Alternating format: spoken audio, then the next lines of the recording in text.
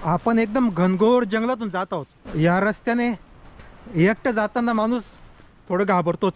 हा बघा, हा पाटणदेवी जंगलातला सर्वात मोठा धबधबा।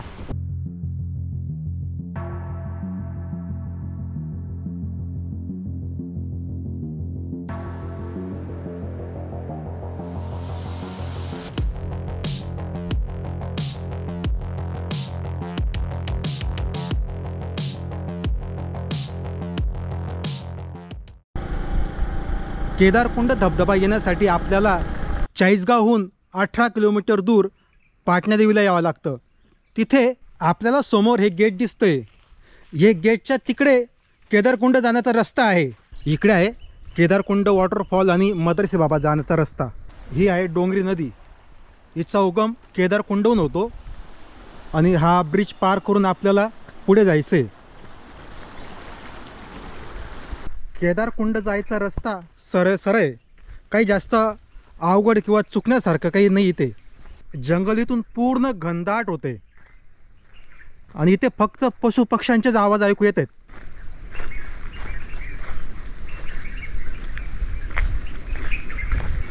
आता आपल्या समोर आहेत हे दोन रस्ते। इथे काही कन्फ्यूज व्हायचं कारण नाही आहे। हा रस्ता जातो भास्कराचार्य विश्रामगृहाला, जिथे वन विभागाचे अधिकारी आराम करतात, आणि हा रस्ता जातो केदारकुंड धबधब्याला आणि मदरसे बाबाला।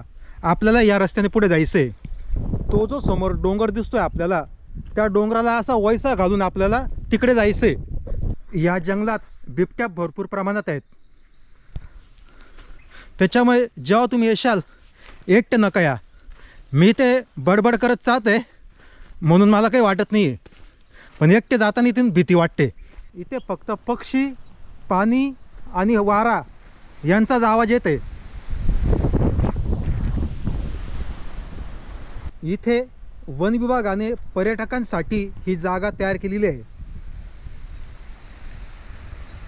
इथे आपण एक छोटा धबधबा बघू शकतो समोर, तो समोर छोटा धबधबा आहे। पण आपल्याला या जंगलातल्या सर्वात मोठ्या धबधब्याकडे जायचं आहे, आणि तो धबधबा आहे केदारकुंड, आणि त्याचा रस्ता आता पुढे। आपण आता पुढे जाऊ। ही ती डोंगरी नदी आहे आणि ही नदी केदारकुंडहून वाहून येत आहे। आपल्या या नदीच्या कडेकडेने पुढे जायचं आहे। आता आपल्याला इथे समोर ग्रामदैवत म्हसोबा दिसत आहे।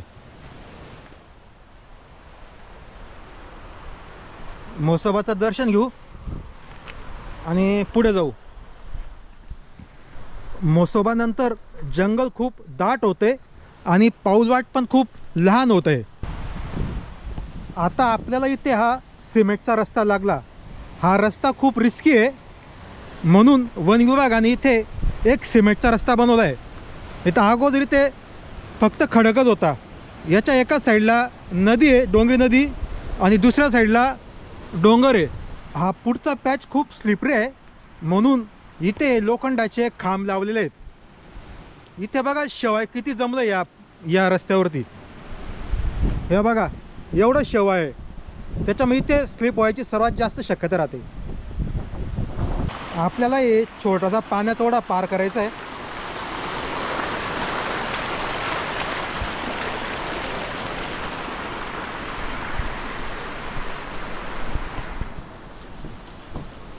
इथे पण एक छोटासा ओढा आहे पाण्याचा। आता इथे जंगल तर खूपच डेंजर झालंय। आपण आता खूपच जास्त घनदाट जंगलात आहेत। या जागेवर झाडं किती मोठी आणि घनदाट आहेत बघा।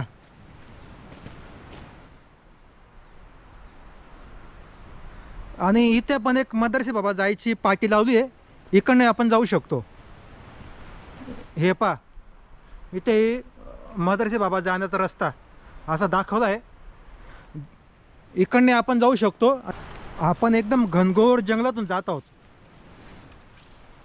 इथे काय होऊ शकतं, इथे कोणतंही जनावर आपल्याला अटॅक करू शकतं, कारण इथे आसपासचं काहीच दिसत नाही आहे। एकदम घनदाट जंगल आहे मित्रांनो। फायनली आता आपण पोहोचत आहोत पाटण्यादेवी जंगलातला आणि गवताळ अभयारण्यातला सर्वात मोठा धबधब्यावर।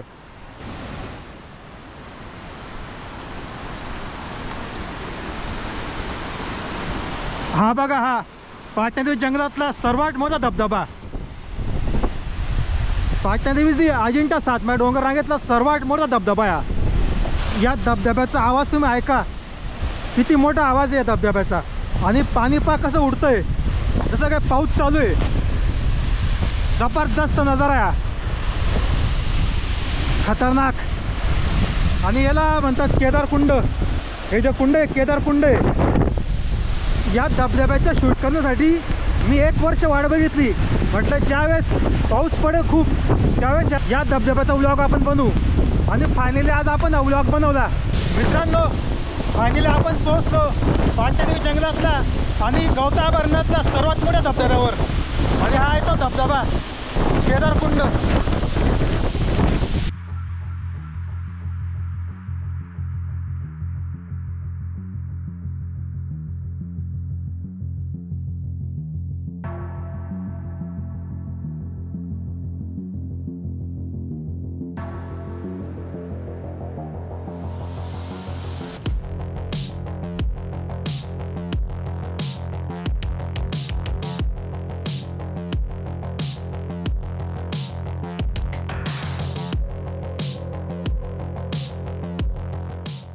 आता आपल्याला केदारकुंड धबधब्याच्या वर जायचं आहे आणि त्याच्याकरता आपल्याला मदरसी बाबाकडे जावं लागेल. तर चला आता आपण मदरसी बाबाला जाऊ. या पाऊलवाटेने आपण सरळ सरळ जात गेलो ना तर आपण मदरसी बाबाला पोहोचतो.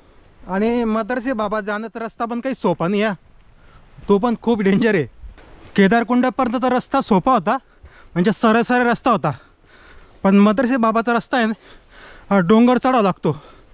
इथे माणूस खूप थकतो आणि पुढे याच्यापेक्षा जास्त खडतर रस्ता येणार आहे. आता आपण पोहोचतो आहे या रस्त्यातल्या एका महादेवाच्या मंदिराजवळ. इथे पत्र्याचं शेड केलेलं आहे आणि या महादेवाला म्हणतात नीलकंठेश्वर महाभोलेनाथ मंदिर.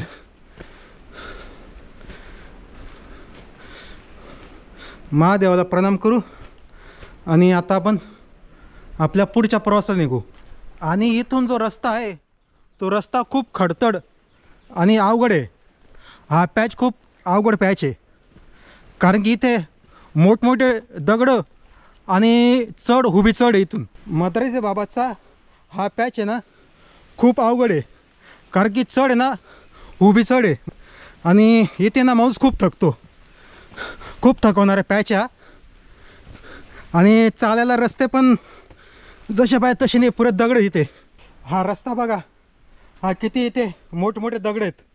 आणि या दगडांवरून चालत चालत आपल्याला वर जायचं आहे. येथे पाय खूप स्लिप होतात, कारण की ज्या रस्त्याने आपल्याला जायचं आहे त्या रस्त्यालाच पूर्ण पाणी चालू आहे. इकडे पण पाणी चालू आहे, इकडे पण पाणी चालू आहे. पण फायनली आपण हा पॅच पार केला आहे. इथून परत थोडं जंगल चालू झालं, पण इथे दगडांचा रस्ता नाही आहे. इथे सरळ सरळ एक पाऊलवाट आहे. फायनली मित्रांनो, आपण या डोंगराच्या वर पोहोचलो आहे. इथे एक छोटं हनुमानाचं मंदिर आहे आणि इथून आपल्याला पुढे जायचं आहे. इथे खाली मदरसी बाबाचं मंदिर आहे. इथे एक छोटासा धबधबा आहे. आणि हे बघा मदरसी बाबाचा परिसर. इकडे पूर्ण घनदाट जंगल आहे. ती समोर डोंगरी नदी वाहते आणि तिथे खाली मदरसी बाबाचं मंदिर आहे. आपल्याला तिकडे जायचं आहे. चला. हा पॅच पण काही सोपा नाही आहे, आपण जरा अवघडच पॅच आहे. ते बघा ते दोघं माकडं गवत खात आहे. ते काय त्यांचं खाता येते. चला आपण, इथे पण माकडं आहेत झाडावरती. आता आपण मदरसा बाबाच्या एरियातच आलो, इथे आपल्याला दिसणारच आहेत. चला आता खाली. ते पहा ते समोर मदरसा बाबाचं मंदिर दिसतंय. आता आपण मदरसा बाबाच्या मंदिरात पोहोचलो आहेत. चला मध्ये जाऊया. इथे हा खूप मोठा नंदी आहे आणि त्याच्यासमोर एक पिंड आहे. आणि हे ते महादेवाचं मंदिर आहे जे औरंगजेब आणि त्याच्या जिहादी साथीदारांनी आपल्या अजिंठा सातमाळ रांगेत येऊन तोडलं होतं. ही तीच महादेवाची पिंड आहे जी जिहादी लोकांनी तोडली होती. हे सर्व मूर्त्या त्यांनी तोडल्या होत्या. तो काय किती भयानक असेल याचा तुम्ही अंदाज करू नाही शकत। हे बघा ते तोडलेलं मंदिर, हा वरचा घुमट नंतर बनवलेला, आता या आत्ताच्या काळामध्ये, पहिले दगडाचा होता इथे।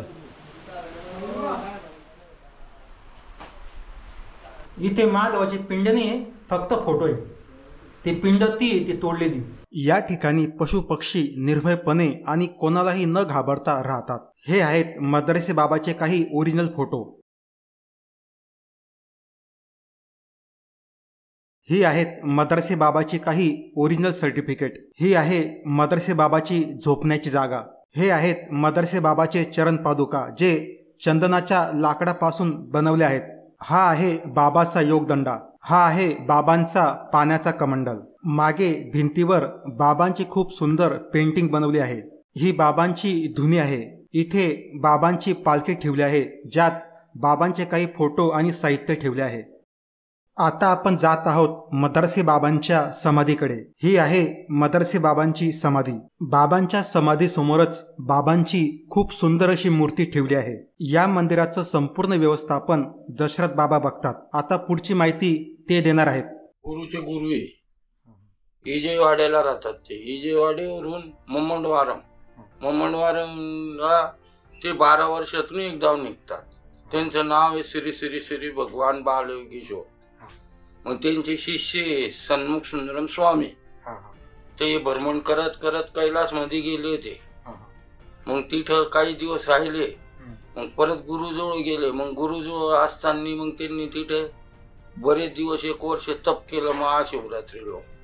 मग महाशिवरात्रीला तप केल्यानंतर मग त्यांना ते परत दर्शन झालं। दर्शन झाल्यानंतर मग मिलिटरीत भरती झाली। मग मिलिटरीत काही दिवस मिलिटरी 40 जणांची फोर्स त्यांच्या ताब्यात राहत होती। मग त्यांनी असे 11 बॉम्ब फेकले त्यांच्यावर, त्यांच्या 11 तुकडीवर। तर ते निष्फळ केले त्यांच्या गुरूंनी। मग निष्फळ केल्यानंतर त्यांना पुरे विश्वास आला। मग त्यांनी नोकरीला राजीनामा देऊन सनी त्यांनी गुरु बनवून घेतला, श्री श्री भगवान बालयोगीश्वरांना। मग तिथून ते भ्रमण करत करत करत करत करत वालजिरीला आले। मग वालजिरीला आल्यानंतर तिथे नागरशा बाबा आणि आणखी एक सुंदरदास बाबा, हे 2 बाबा होते। मग त्यांची भेट घेतली। मग त्यांची भेट घेता घेता पुढं काय आहे बा, मग ते आले पाटणा देवी हेमाडपंथी महादेवाच्या मंदिरात। मग ते बुजावलेलं होतं। मग त्यांनी कोरलं। मग ते मूर्त्या गोळा केलेल्या आहे देवीजवळ।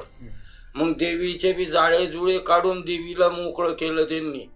मग ते मोकळं केल्यानंतर इथं भुयार आहे। मग या भुयारामध्ये 4 महात्मा लोक अजून बी आहे बसलेले। मग त्यांच्याजवळ गेले। मग त्यांच्या खोलीमध्ये काही दिवस राहिले। मग यांचं पाणीचं टाकं लिकीज झाल्यामुळे हे बाहेर निघाले। बाहेर निघाल्यानंतर मग नथू दादा म्हणून एक पाटणे गावाचे ते त्यांचे शिष्य आहे। मग त्यांचे शिष्य राहिल्यानंतर त्यांना वावरात जागा दिली। त्यांच्या स्वप्नात गेली ती आईने सांगितलं का असे महात्मा लोक यमडपंथीच्या मंदिरात आलेले बा, तिथे जाय तू जेवणाचा डब्बा घेऊन, त्यांची इच्छा राहीन तर खातीन बा ते, नाही तर मग त्यांची मर्जी। मग ते आले तर त्यांना खरंच दिसले ते। मग दिसल्यानंतर मग त्यांनी डबा दिले। तर मग त्यांनी विचारलं की बा तुझे किसने बोला लाने का? तर मग त्यांनी सांगितलं की बा अशी आई स्वप्नात आलेली आहे। मग त्या आईंनी सांगितल्यानंतर मी डबा घेऊन आलेलो आहे। मग चल बोले तेरे घर को। मग त्यांच्या घरी गेले। मग त्यांच्या घरातून मग वावरात राहिले काही दिवस। मग तिथून भ्रमण करत करत करत परत हेमाडपंथीच्या मंदिरात राहिले। हेमाडपंथीच्या मंदिरात आल्यानंतर परत आई आली। आईने सांगितलं का अशा जागा जा केदारनाथकडं, तिथं मंदिर बुजावलेलं आहे, त्यांचा उद्धार कर। मग इथं आल्यानंतर हे मंदिराचा उद्धार केलेला आहे त्यांनी। मग इथं मी 81 पासून बाबांची सेवा करतोय।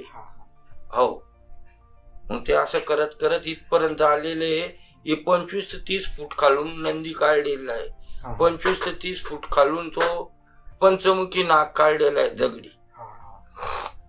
अशा गोष्टी आहे या बाबांच्या। मग मुर्डेश्वरला राहिले, पितळखोऱ्यात राहिलेले, तिकडं गौमुखला राहिलेले, मग इकडं करंगखेडा, रामेश्वर, मग असे राहिलेले भ्रमण करत करत त्यांना ही जागा पसंत पडली। इथं देव आहे बा म्हणून इथं बसताना त्यांनी बसाडलं.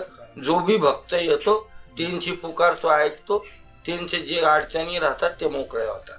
ते खाली केदारकुंड आहे, केदारकुंडाच्या वर एक गणेश कुंड आहे.